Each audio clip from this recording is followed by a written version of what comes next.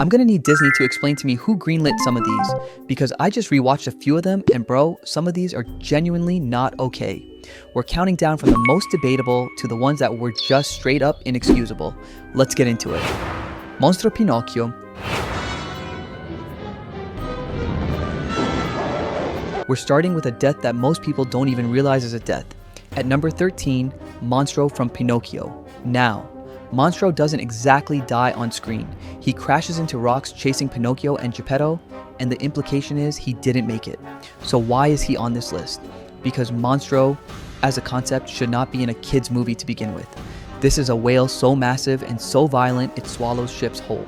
The entire chase sequence is legitimately terrifying. The scale, the rage, the complete sense of helplessness. Disney basically designed a creature built to give children a lifelong fear of the ocean and then put it in a G-rated film. Monstro sits at the bottom of this list purely because the death is more implied than shown, but everything leading up to it makes this scene way more disturbing than it gets credit for. The Giant, fun and fancy-free, moving up from Monstro's implied death. At number 12,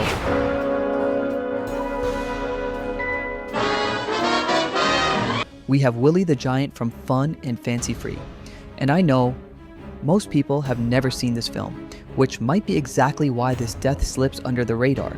Willy is a giant who can transform into any creature he wants, and his death happens when he transforms into a fly and gets swatted.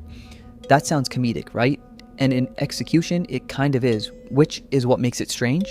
Because on paper, you just watch something get swatted to death. It's just framed lightly enough that most kids don't process what happened. What puts Willy above Monstro is that his death actually happens on screen. You see it.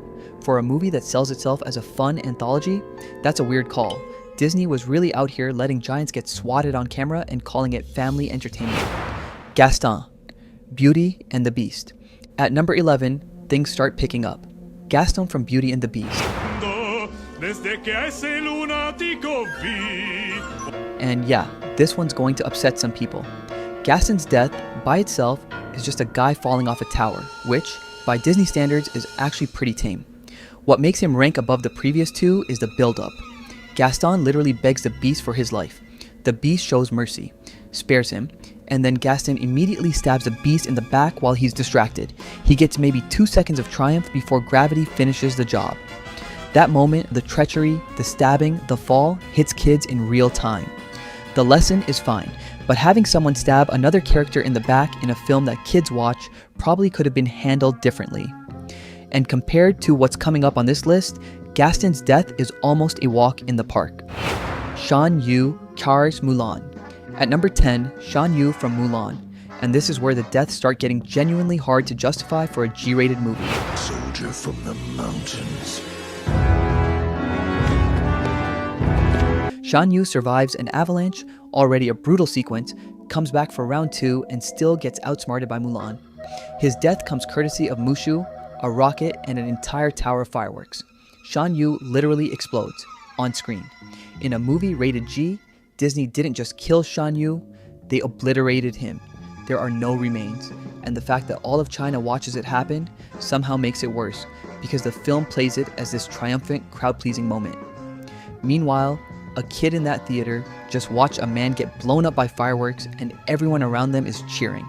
Yes, the bad guy deserved it, but did we need the firework explosion? The Mulan movie was already intense enough without that. The bear, the fox, and the hound. Now, here's a death that almost nobody puts on these lists, and that's actually a problem. At number 9, the bear from the fox and the hound. And unlike every other entry here, the bear is not a villain with a plan or a personality. It's just a bear doing what bears do, being a predator. And that is exactly what makes this scene so disturbing for a kid's movie. The fight between Copper, Todd, and the bear is one of the most intense sequences in Disney animation history. This isn't a cartoon fight, it's violent, desperate, and chaotic. Copper gets brutally overpowered, Todd nearly dies, and the bear ultimately plunges off a waterfall, killed not by magic or a hero's sword, but by sheer brute force and a fall. The disturbing part isn't just the death, it's everything around it. This scene genuinely feels like watching a real animal attack. Disney looked at their audience of children and said, let's show them what a predator encounter actually looks like. No thank you. Arthur, the virus, Ultra Ralph breaks the internet. At number 8, Arthur from Ralph breaks the internet. And before you come at me in the comments, yes, Arthur counts.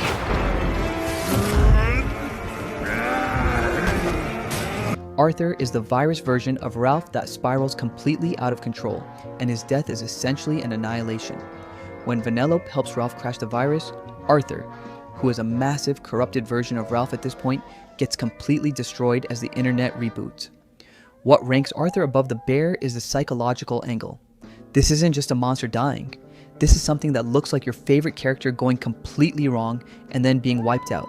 For younger kids who don't fully process what's happening, watching a distorted version of Ralph get annihilated is unsettling in a way that straight villain deaths aren't.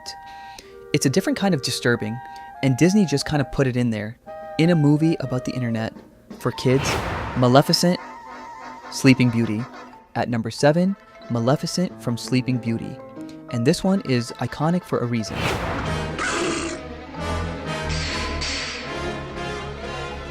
Maleficent turns into a dragon, already nightmare fuel for any child, gets stabbed in the heart by Prince Philip, and then plunges off a cliff into a sea of fire. Getting stabbed and dying in a fire is rough for an adult film. The fact that this is in a movie aimed at young children is wild. I'll give Disney credit, the dragon transformation is genuinely impressive animation, but the death is brutal. A sword goes through her heart on screen. You see it, and then she falls, and then fire. Disney really looked at the kids movie label and said, sure, but what if she got stabbed though? This death would feel intense in a PG-13 film. In a G-rated fairy tale, it's a lot.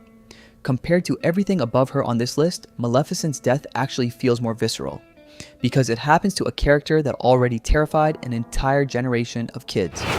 Ursula, the Little Mermaid. Ursula from The Little Mermaid at number 6.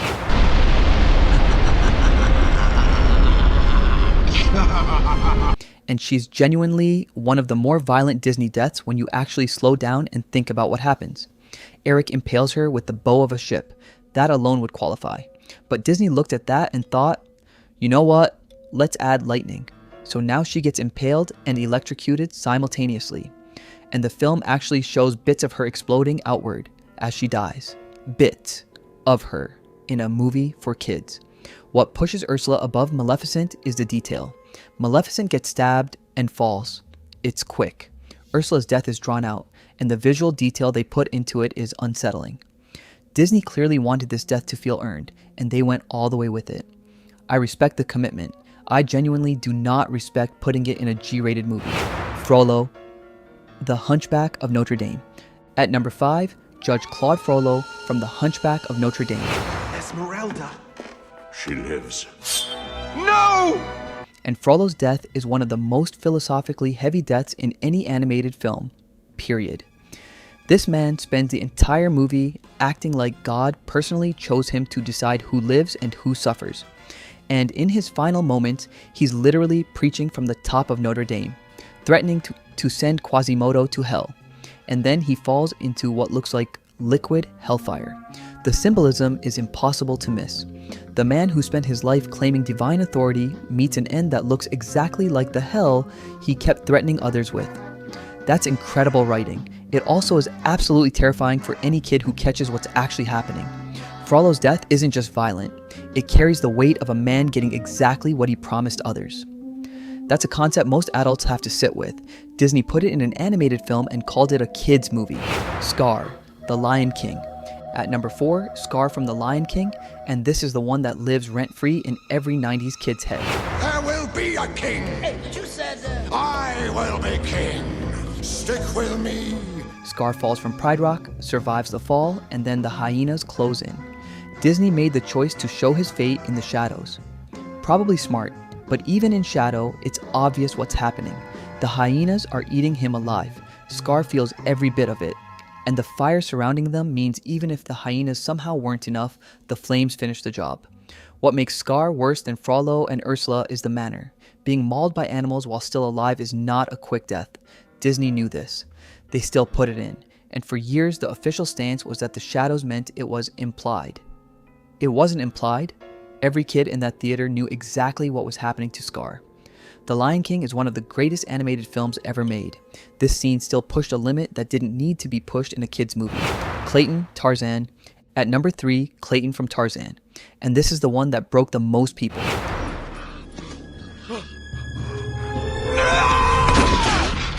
The one you remember exactly where you were when you first saw it.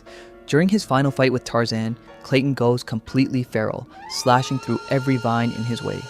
He is so locked in on winning that he doesn't notice the vine loosely wrapped around his neck, and then the lightning flashes, and in that single frame, that split second, you see Clayton's silhouette hanging.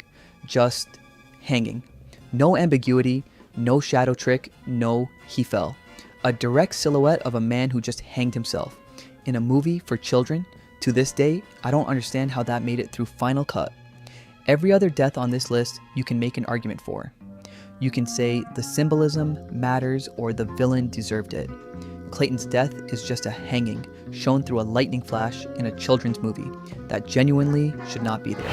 The Horned King, The Black Cauldron. At number 2, The Horned King from The Black Cauldron. If you know this film, you already know why it's here. If you don't, let me explain. Look! Sire, look! It's the big boys! The Horned King already looks like something out of an actual horror movie, not a Disney animated feature. His death happens when the Black Cauldron itself pulls him in, and Disney did not play this safe. As the cauldron drags him in, his body starts to disintegrate. Flesh pulling away from his skeleton, they show it in detail for an extended period of time. You watch this character's body come apart piece by piece before he's fully consumed. The Black Cauldron as a whole traumatized a generation of kids who stumbled across it, and the Horned King's death is the exact reason why. This is the most visually graphic thing Disney has ever put in an animated film. This should be number 1, and the only reason it isn't is because our number 1 does something even worse. It goes after your mind instead of just your eyes. Dr. Facilier, The Princess and the Frog, which brings us to number 1. Dr. Facilier from The Princess and the Frog. And if you disagree with this being number 1, I genuinely want to see it in the comments. Then the future as well. The cards. Just take 3. Facilier spends the entire film making deals with spirits he never truly controls. His end comes when those same spirits arrive to collect his debt. The terror on his face as they close in is haunting, and then they sing his own song back at him. His own theme becomes a soundtrack for his death. The voodoo spirits drag him screaming to the other side while he begs for more time, and his final image is his face, petrified, carved permanently into his own tombstone. That is not a villain death, that is a psychological horror sequence. The Horned King's death is graphic, Frollo's death is symbolic, Clayton's death is shocking, but Dr. Facilier's death is the only one on this list genuinely designed to make you afraid. Afraid of debt, afraid of deals, afraid of death itself in a kid's movie. That should not be there, and yet here we are. That's the list. Let me know in the comments which one you think is the worst offender, or if I missed one that absolutely belongs here. Drop it below. And if you're new here and you like movies and animation, stick around because this is just what we do. Watch the next one on screen.